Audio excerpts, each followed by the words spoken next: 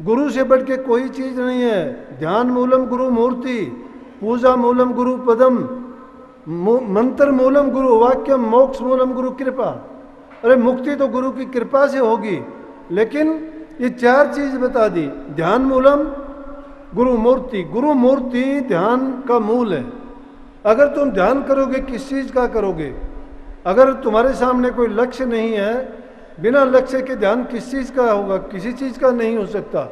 परमात्म रूप को जानना चाहते हो तो जिस प्रकार से पढ़ने वाले बच्चे बिना कुछ हुए मैथमेटिक्स में मान लेते हैं कि इस चीज का मूलधन ए है, बी है या कुछ भी है, जीरो है, और उसको मान के वो उसके लक्ष्य पर पहुंच जाते हैं।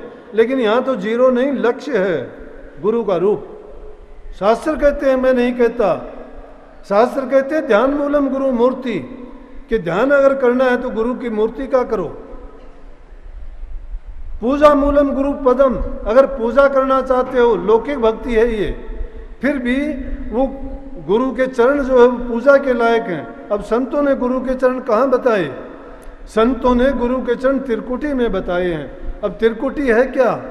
जब तक आप अभ्यास नहीं करोगे जबान से त्रिकुटी, वहाँ की पहचान, वहाँ की धुन, वहाँ के शब्द, वहाँ का धनी, उसके बारे में जो आपने बात सुनी है जबान से कहते रहो।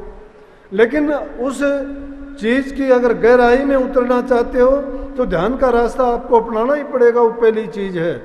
ध्यान किसका करोगे? गुरु का। गुरु से बढ़ के कोई ध्यान नहीं है। इसीलिए कही है कि गुरु से कर मेल गंवारा, क्या सोचत बारंबारा। जब पार उतरना चाहिए तो खेवट से मिल रही है। सतगुरु खेवट है।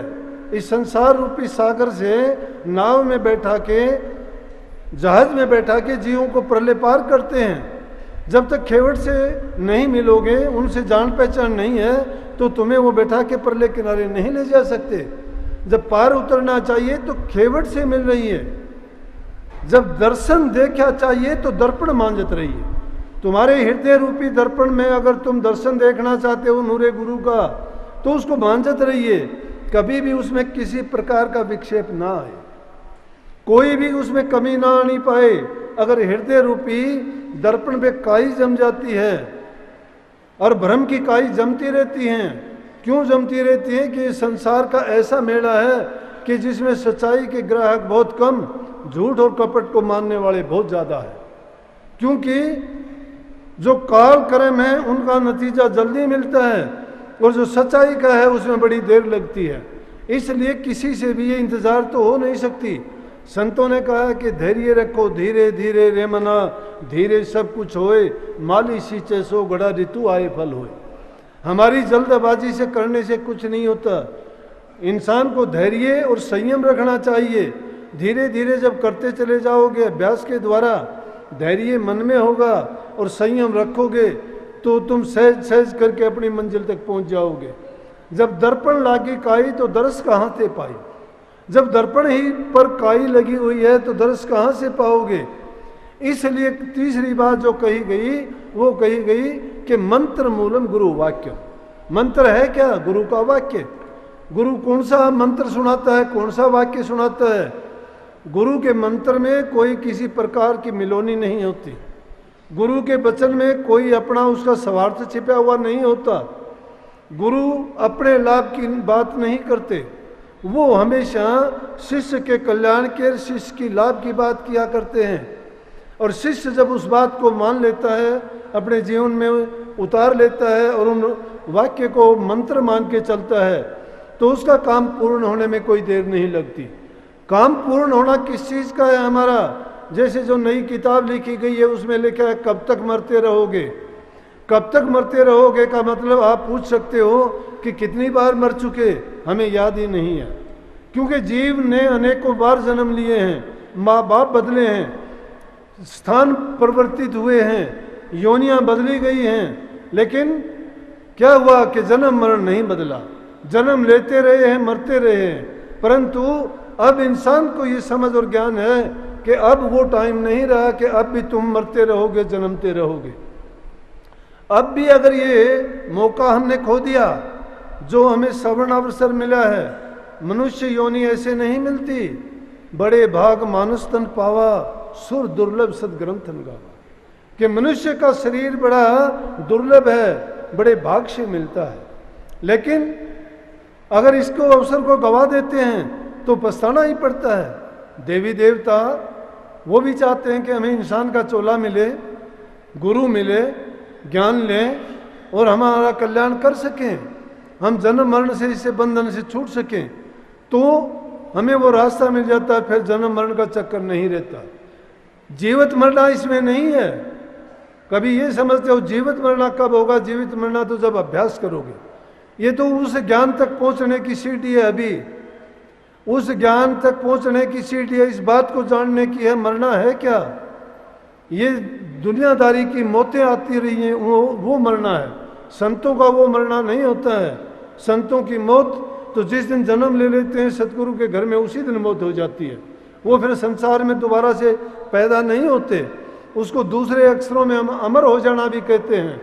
शरीर को मौत आती है, 5 तत्व बिसर जाते हैं, ये खंडित हो जाते हैं। मिट्टी मिट्टी में, जल जल में, वायु वायु में, अग्नि अग्नि में, और ये आकाश में विलीन हो जाती है। लेकिन रूह अपने उस सागर में जाके मिल जाती है जिससे बिछड़ के आई थी। लेकिन उसका मिलने का तरीका, यूं तो दुनिया मरती है, ऐसा मरना सब मरते हैं, लेकिन संतों की शरण में जाके जो मरता है उसका जन्म मरण का अंत हो जाता है। इसलिए इस जीव के लिए उस पुस्तक में ये बात बताई गई और समझाई गई है कि वो जो मरते रहे हैं हम, जिन मौतों के हमें बारे में याद ही नहीं है कि कितनी मौत मरे हैं, कितने जन्म जिए हैं, लेकिन इस मौत पर जब इतना दुख होता है, जिन बनावटी चीज़ों से रिश्ते नाते हमने जोड़े हैं उनसे जुदा होते हुए हमें कितना दुख होता है, कितने चिल्लाते, कितने कर्राते हैं, जो इस संसार के पदार्थों मात्र से छिन जाने से हमें कितना कष्ट होता है। लेकिन और फिर उन जो एक दूसरी मौतें हैं उनका अंदाज़ा लगाया करो, तब पता लगेगा।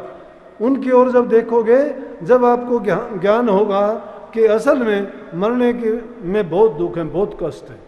लेकिन संतों के शरण में जो जीव चला जाता है उसको ये भेद मिल जाता है कि हमारा ना कोई है, ना हम किसी के यहाँ हैं। ये तो यहाँ एक संयोग बस मेल हुआ है, या यहाँ कर्जा देने लेने का जो व्यवहार चला हुआ है उसमें हम इकट्ठे हुए हैं। कोई अपना कर्जा हमारे से लेगा, किसी से हम पूरा करेंगे, लेकिन होगा तो होगा, नहीं होगा तो उधार खाते में जो लिखा जाएगा, फिर मुड़ के संसार में फिर आएंगे। इसलिए संतों से नाम की दीक्षा जो जीव ले लेता है, और फिर गुरु बताते हैं कि करनी कर। करनी करने का तरीका क्या है?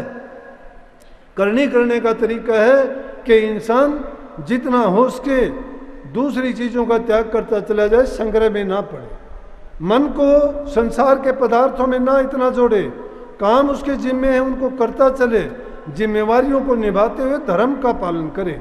धर्म का पालन है जिस जगह पर जिस रूप में है उसी रूप में अपनी जिम्मेवारियों को पूरा करता रहे, चाहे वो बाप के रूप में है, चाहे भाई के रूप में है, चाहे वो बेटे के रूप में है, चाहे वो किसी भी रिश्ते नाते के रूप में है। जब उसकी ये चीज़ें पूरी होती चली जाएंगी और उनको वो अच्छी तरह से समझ जाएगा तो समझो कि उसके कल्याण में कोई शक नहीं है। परंतु ये काम एक दिन में नहीं होने वाला, इसमें टाइम लगेगा।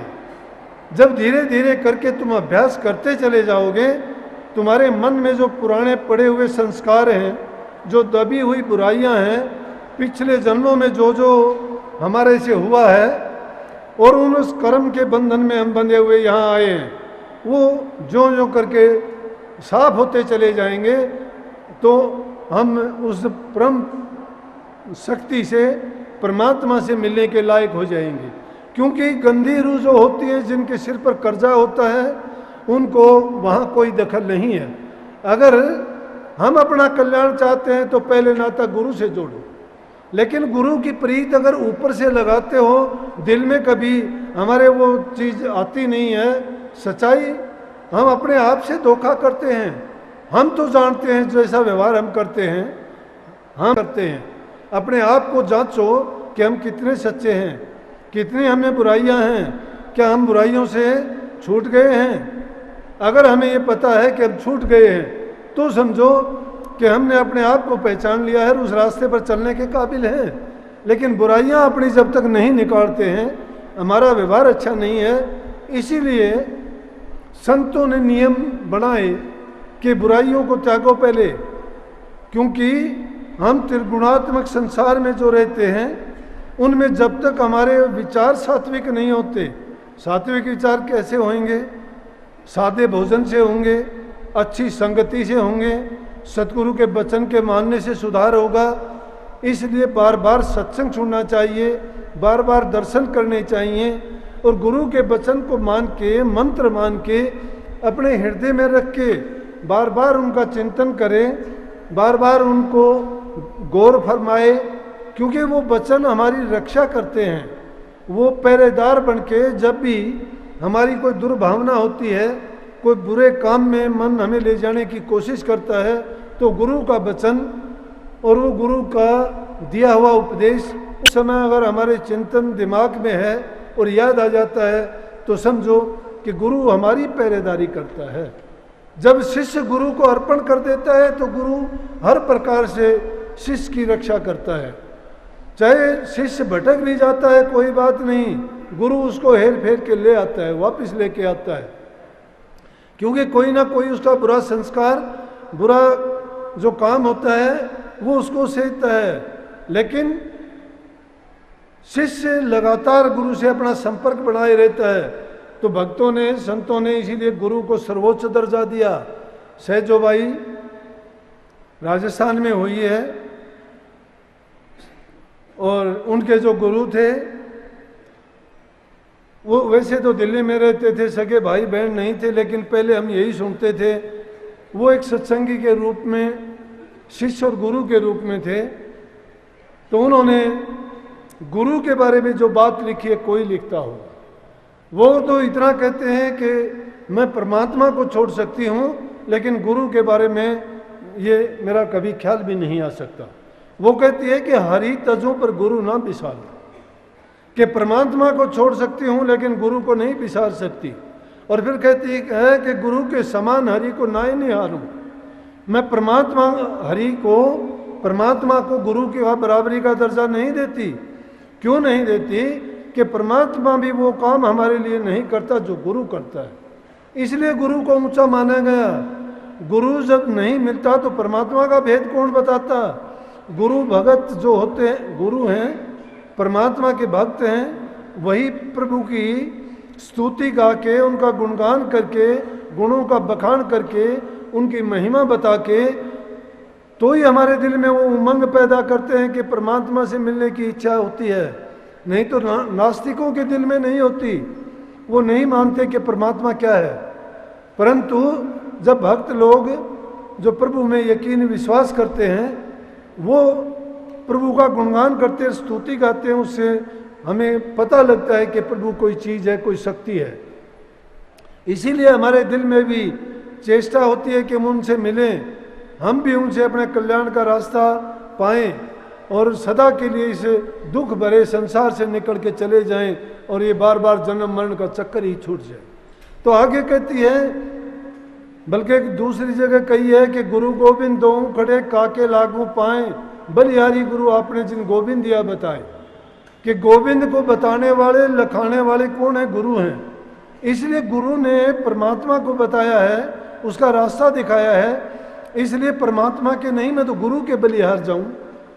इसीलिए बार बार कहते हैं बलिहारी गुरुदेव की। बलि हारने का मतलब क्या है? कि अपने बल को हार जाऊं। कौन सा बल हार जाऊं गुरु के सामने? तन का, मन का, धन का। ये बल इंसान को दुखी करते हैं। बलिहार का मतलब यही होता है कि मैं अपने गुरु के सामने उन बलों को सबको हार के, अपने आप को बुद्धिहीन, धनहीन, शक्तिहीन मान के और बिल्कुल एक सेवक के रूप में, जिसको कोई ज्ञान नहीं, कोई समझ नहीं, मूर्ख बन के और गुरु के चरणों में जो लग जाता है तो वही गुरु से सब कुछ पा लेता है। तो आगे कहती है कि क्यों मैं परमात्मा, आगे बता देती है इस बात को कि मैं परमात्मा को गुरु के बराबर दर्जा क्यों नहीं देती। वो कहती है कि हरि ने 5 चोर दिए साथा, सतगुरु ने छुटा ली समझ अनाथा। कि हरि ने तो 5 चोर साथ दे दिए, जिनका सारे के सारे आप सुनते होगे, जहाँ कहीं जाओगे बड़े डंके की चोट से कहते हैं कि जीव के पीछे 5 चोर लगे हैं। काम है, क्रोध है, लोभ है, मोह है, अहंकार है, ये 5 चोर बताते हैं। तो सेजो भाई ने भी इन्हीं का जिक्र किया है कि हरि ने 5 चोर दिए साथा, कि परमात्मा ने जब दिया संसार में जन्म, ये 5 चोर हर जीव के साथ लगा दिए। तो कोई काम के बस में हो जाता है, कोई क्रोध के बस में, कोई लोभ के बस में, कोई मोह के बस में। और फिर कहती है कि सतगुरु ने छुटा ली समझ अनाथा। सतगुरु ने ये समझा कि ये अनाथ है, जिसका कोई सहारा नहीं है। जिसका कोई सहारा नहीं होता उसको अनाथ कहते हैं। अनाथ का नाथ सतगुरु होता है, नी ओटियों का ओट सतगुरु है, नी आश्रयों का आश्रय सतगुरु है, दुखियों के दुख दूर करने वाला सतगुरु है, पाप के नाशने वाला गुरु है। इसलिए परमात्मा के बराबर दर्जा गुरु को नहीं, बल्कि गुरु को ऊंचा दर्जा दिया गया। इसीलिए कही है कि जो कोई 4 पदार्थ मांगे संत जना की शरण लागे। नानक साहब की वाणी है। अगर कोई 4 पदार्थ मांगना चाहता है, 4 पदार्थ कौन से हैं? काम, अर्थ, धन और मोक्ष। ये 4 चीज हैं जिनसे कल्याण है। संसार की बहुत बड़ी चीज है ये, धर्म, अर्थ, काम, मोक्ष। कि ये चारों पदार्थ कोई चाहता है ना, तो ये गुरु की शरण में लग जाए, उसके वो चारों पदार्थ बड़े सहज में मिल जाते हैं। तो आगे कहती है कि परमात्मा ने और जुल्म किया कि उसने बना के दुनिया में भी भेज दिया, चोर भी साथ भेज दिए। वो हमें हैरान करते हैं, कदम कदम पर हमें भरमाते हैं, उल्टे सीधे काम करवाते हैं। लेकिन उस दुख की घड़ी में सतगुरु ने आके हमें अनाथ समझ के अपनाया और उन दुखों से हमें बचा लिया। और क्या कर दिया परमात्मा ने? ऐसा करके उसने और कर दिया कि हरि ने अपना आपा छिपाया, उसने अपने आप को भी गुप्त कर लिया। सब दुनिया भ्रमती है, कोई उसको एक टांग के पर खड़ा होके ढूंढता है, कोई मौन धारण करके ढूंढता है, कोई तप के रास्ते से ढूंढता है, कोई जप करता है, कोई यज्ञ हवन करता है, कोई पूजा पाठ करता है, कोई बेचारा दूध पर पानी पर निर्वाह करके करता है, कोई फलहारी बन के करता है, किसी ने ध्यान का रास्ता ढूंढा है, कोई योग के रास्ते से उसको पाना चाहता है। वो कहती है कि देखो उसने कैसा किया कि हमको बना के पैदा करके छोड़ दिया और अपने आप को छिपा के बैठ गया। लेकिन क्या किया कि सतगुरु की इसलिए पूजा करते, सतगुरु ने दे दीपक दर्शाया, सतगुरु ने ज्ञान रूपी दीपक दिया और हमें ये दर्शा दिया कि देखो जो छिपा हुआ है, जिसने ये काम करके तुम्हारे से गुप्त हो गया, वो बैठा है। और जब जीव को वो मिल जाता है तो कोई खुशी का ठिकाना नहीं रहता। काल देश में आने के बाद में रूह एक दिन सुखी नहीं रहती।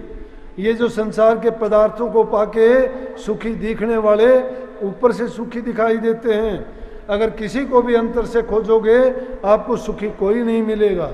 चाहे वो धन वाला हो, चाहे संतान वाला हो, चाहे वो बे औलाद वाला हो, और चाहे वो उसको संसार के कितने ही दूसरे पदार्थ प्राप्त क्यों न हो, चाहे कितने ऊंचे महल मकान क्यों न हो, कितने ऊंचे पद प्रतिष्ठा क्यों न हो, चाहे उनके पास दुनिया के कितने ही सामान क्यों न जुटा लिए हों, लेकिन अंदर से जब टिटोड़ोगे, पाओगे, खोजोगे तो उनके मनों के अंदर शांति नहीं है। सब के सब दुखी हैं। तो इसलिए संसार को दुखों का घर कहा है। तो कौन सुखी है? सुखी या तो संत है या संत का दास सुखी है। वो सुखी क्यों है कि उसके भरम का पर्दा हटा के उसको सच्चाई दर्शा दी गई है। उन पदार्थों का उनको ये बता दिया गया है कि इनका गुण क्या है, कि इनका सेवन करने में इनको स्वाद लगते हैं, अच्छे लगते हैं, लेकिन जब इनको भोग लिया जाता है तो इनका परिणाम बहुत बुरा निकलता है। परिणाम हर चीज का बहुत बुरा है, क्योंकि दुख रूप में बदल जाता है, सुख नहीं है। सुख देखने में लगता है, इंद्रियों के भोग में हमें सुख दिखाई देता है। 5 जो रस हैं, शब्द, सप्रस, रूप, रस, गंध, इन चीज़ों को हम इंद्रियों के द्वारे से जब इनका सेवन करते हैं तो क्या होता है, या इनको जब भोगते हैं तो भोग के समय इनमें आनंद मिलता है, थोड़ा मिलता है, इंद्रियों के स्वाद तक सीमित है, अंदर प्रवेश नहीं करता वो। और वो कैसा है कि जीवन में जहर घोल देता है। जिससे हमें दुख ही दुख मिलता है, वो रोग के रूप में, कष्ट के रूप में या किसी न किसी रूप में भी वो आए, लेकिन वो दुख का ही रूप होता है। इसलिए संतों ने कहा कि सब सुखों की चाबी प्रभु का नाम है। जो उस नाम में अपने मन को लगा देता है, उसकी संसार की वासनाएं कम हो जाती हैं, चाहना कम हो जाती हैं, उन पदार्थों में उसकी आसक्ति नहीं रहती। उसको तो एक ही चाह हो जाती है कि प्रभु की चाह, उनके साथ मिलना। और संत तो कहते भी हैं कि प्रभु से मेरा लेना देना, प्रभु से रिश्तेदारी, राम से। वो परमात्मा भी कहता है कि संत हमारी आत्मा और हम संतन की दे, रोम रोम में रम रहे और जो बादल में। परमात्मा खुद कहता है कि मैं उन भक्तों के दिलों में, उनमें रोम रोम में ऐसे रमा हुआ हूँ जिस प्रकार से बादल के अंदर बरसात छिपी हुई है। और संत ही हमारी देह हैं, संत ही हमारा रूप है। तो फिर हम गुरु को मानस क्यों जानते हैं? गुरु को फिर हमें परमात्मा समझना चाहिए। बार बार ये चेतावनी मिलती है, परंतु भरमाने वाली चीज कौन सी है? काल और माया। हम थोड़े से भी अगर हटते हैं, थोड़े से भी दूर जाते हैं, जब भी माया की संगति, काल की संगति अपना खेल खेलती है, हमारी बुद्धि को भरमा देती है और फिर हम जाके गिर जाते हैं। कितने सत्संगी देखते हैं कि अच्छे लगते हैं, शुरू में बड़ा प्यार दिखाते हैं, बड़ा दिखाते हैं कि भाई बहुत अच्छा सत्संगी है, बुराइयों को छोड़ दिया है, ये काफ़ी अपने मन को सत्संग में, ध्यान में, प्रभु में लगाए हुए है। लेकिन कुछ दिन के बाद में देखते हैं फिर दलदल में गिर जाता है। क्यों गिरता है? गुरु को अंदर में नहीं लेके आया, बाहर से गुरु के गीत गाए उसने। अगर गुरु को अंदर में ले आता ना, फिर उसको नहीं भटकने देता। गुरु रंग में जो राच जाता है, उसको दूसरी चीज हराम लगती है। हंसी खेल हराम है, जो रंग राचा राम। जो राम के रस में राच जाता है, उसको हंसी खेल का मतलब है संसारी पदार्थों से उसको, उसका मोह भंग हो जाता है, उसको कोई आसक्ति नहीं रहती उनमें। इसलिए स्वामी जी महाराज कहते हैं कि गुरु को बाहर बाहर गाता, गुरु को दिल भीतर नहीं लाता, गुरु को दिल के अंदर नहीं लाता है। गुरु को अगर तू दिल के अंदर ले आता तो तेरे यकीन आ जाता। गुरु को गुरु मानता, गुरु को तेरा अंग रक्षक मानता, गुरु को तेरा भला करने वाला मानता, कल्याणकारी मानता, तो गुरु तेरा हमेशा ही अंग संग्रह के काम करता। मैं इनमें से काफ़ी बातें वो बताता हूँ जो मेरे साथ घटित हुई है। मैं मिथ्या बात नहीं कहता, किसी को भ्रम में नहीं डालता। चाहे मेरी तरफ से 1 सुधरो, लाख सुधरो, गुरु का हुक्म है, गुरु के हुक्म में रह के मैं काम करता हूँ। लेकिन मुझे खुशी मिलती है। क्यों मिलती है? कि मैं देखता हूँ कि आज नहीं तो कल को नहीं परसों को सुधार जो धीरे धीरे करके होगा, एक दिन में नहीं होता। ये हमारी रूह युगों युगांतर से एक काल के फंदे में फंसी हुई है, अलग अलग योनियों में ये करती हुई आई है, और अब 1 सेकंड में या थोड़े समय में उन बुराइयों को छोड़ना बड़ा मुश्किल हो जाता है। तो धीरे धीरे करके सुधरती जा रही है। और मुझे इस चीज़ से खुशी भी बहुत होती है कि जब कोई जीव बुराई छोड़ के सच्चाई के रास्ते पे आता है, कि जीव का कल्याण तो आखिर इसी चीज़ से होना है।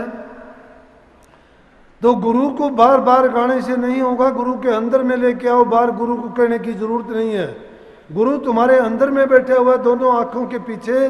जब तुम जाओगे मन की एकाग्रता करके, थोड़े समय के लिए भी अगर तुम अपने आप को भी भुला दोगे, संसार को भी भुला दोगे, दोनों आंखें बंद करके, और जहाँ पर रूह की बैठक है, चेतन अवस्था में, जागृत अवस्था में जहाँ रूह होती है हमारी, दोनों आंखों के मध्य में, उस स्थान पर अगर तुम एकाग्रचित होके थोड़े समय के लिए भी अगर बैठोगे, तो तुम्हें यह आभास हो जाएगा कि वाक्य में जो वस्तु हमारे अंदर में है, जो खजाना हमारे पास है, उसका संसार में दूसरा कोई भी चीज़ मुकाबला करने वाला या उसके तुल्य नहीं है।